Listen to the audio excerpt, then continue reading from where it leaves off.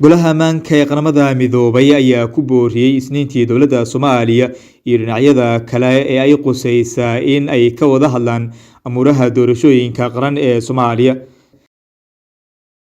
Today's meeting of the Council is timely in view of the significant developments in Somalia. Ergeyga gaarka ah ee Qaramada Midoobay u qaabilsan Soomaaliya, James Iswan, ayaa sheegay in xiisadda siyaasadda ee sii cakirmaysa ee Soomaaliya ay halis ku tahay horumarkii laga sameeyay dib u dhiska hanaanka dowladeed ee Soomaaliya iyo xataa xaaladaha amniga ee qaranka Soomaaliya. Hence, this is a tense moment in Somalia as both rhetoric and actions are escalating. Iswan waxa uu walaac ka muujiyay iska horimaadka xeeladaha cadaadiska iyo awood muujinta oo uu ku sheegay in ay halis ku tahay xaaladda waddanka. Waxa uu sheegay in heshiiskii la gaaray 17 Sebtembar uu yahay kan ugu habboon ee lagaga bixi karo dib u dhaca doorashooyinka qaran ee Soomaaliya iyo xaqiijinta in hogaamiyaasha Soomaaliya ay muujiyaan cadsiinta waajibaadkooda isla markaana diiradda ay saaraan ajandaha qaran ee dalka. Ergeyga gaarka ah ee Qaramada Midoobay u qaabilsan waxa uu sheegay in loolanka afka uu sii zaa'idayo isla markaana dhacdadii 19 Febraayo ay carqaladaysay shirkii lagu qaban lahaa Muqdisho isla markaana lagu dhameystiri lahaa heshiiskii doorasho ee 17 Sebtembar ee magaalada Muqdisho. Waxa uu sheegay in ay ku dadaalayaan sidii ay labada maamul ee Jubbaland iyo Puntland ay ugu soo biiri lahaayeen wadahadallada. We continue efforts to understand and address the concerns of these two leaders so that they may join the process to advance the 17 September agreement. Waxa uu ku celceliyay inaysan aqbali doonin doorashooyin qayb ah, kuwa isgarab socda iyo kuwa gaar ah toona. That there should be no partial elections, no parallel processes, and no unilateral actions by Somali leaders. Waxa uuna ugu baaqay dadka Soomaaliyeed in ay wada hadlaan. To move forward on this path, it is imperative that Somali leaders use all available channels for dialogue and consultation, including contacts with a wide range of political stakeholders and influential civil society figures. Dhinaca kale, wakiilka dowladda Mareykanka ayaa sheegay inay ugu baaqayaan hogaamiyaasha Soomaaliya in ay ka faa'iideystaan fursadaha ayna taasi tahay tan ugu habboon ee xal looga gaari karo arrimaha doorashooyinka qaran ee Soomaaliya. Our remarks on Somalia over the past several months in this council have focused on the need for Somalia's leadership to seize the opportunity before them and make concerted efforts to advance peace and security for Somalia's people. Waxa uu sheegay in hubanti la'aanta ka taagan doorashada ay dib u dhac ku noqotay wadahadalladii qaran. Wakiilka Mareykanka ee Soomaaliya ayaa sidoo kale sheegay in shaqooyinka ka dhacay wadooyinka magaalada Muqdisho ay yihiin tusaalihii ugu dambeeyay in ay imaan karto halis in waddanka uu deganaansho la'aan galo.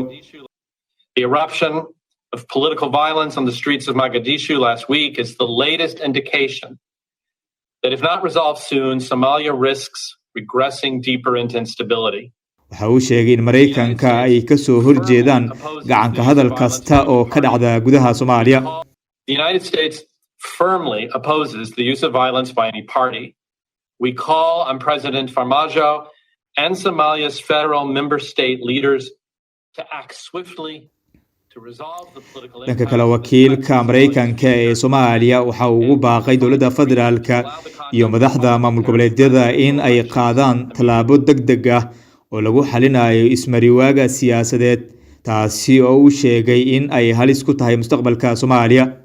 The United States remains focused on limiting the ability of al-Shabaab to conduct attacks against civilians.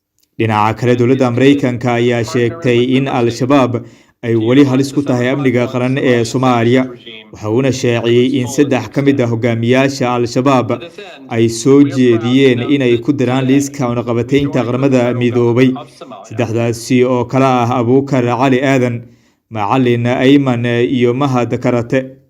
We joined with the federal government of Somalia in co-nominating 3 senior al-Shabaab leaders, Abukar Ali Ayadan, Malib Ayman, and Mahad Kati to the 751 soo jeedinta Mareykanka iyo Soomaaliya ee ah in saddexdaasi lagu daro liiska cunaqabataynta ayaa u baahan in ay ogolaadaan dhammaan xubnaha Gollaha Amaanka ee Qaramada Midoobay waxayna ka dhigan tahay in aysan safri karin iyo in la xayiro hantidooda intuba sidoo kale wasiirka arrimaha dibadda ee Soomaaliya Maxamed Cabdirasaaq ayaa sheegay in dhankooda ay diyaar u yihiin hirgelinta waxyaabihii ka soo baxay magaalada Baydhabo balse maamulada Jubbaland iyo Puntland ay caqabad ku yihiin heshiiskaasi isagoo intaasi raaciyay inay diideen inay yimaadaan shirka uu ku baaqay madaxweynaha Jamhuuriyadda Federaalka Soomaaliya Mudane Maxamed Cabdullaahi Farmaajo waxaana uu sheegay in magaalada Muqdisho ay ku sugan yihiin madaxda Galmudug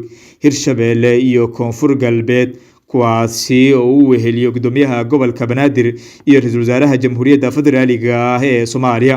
This was also accepted by the federal government of Somalia and a technical committee representing all stakeholders, including ministerial representatives from both Jubaland and Puntland, finalized the outstanding issues in Baidoa on 16th February. After 2 days of discussions, the Baidoa Technical Committee's announcement, an agreement and welcomed by all, including the international community, His Excellency President Mohamed Abdullahi Mohamed Farmaajo extended an invitation to the federal member state leaders to meet at the National Consultative Council on February 18 in Mogadishu to conclude the FGS-FMS Technical Committee's work and fully implement the 17 September agreement so that the process of elections can begin without any further delays. Madam President, regrettably, the two federal member state leaders who were the penholders of the 17th September political agreement and have remained a constant obstacle to its finalization once again refused to attend the meeting.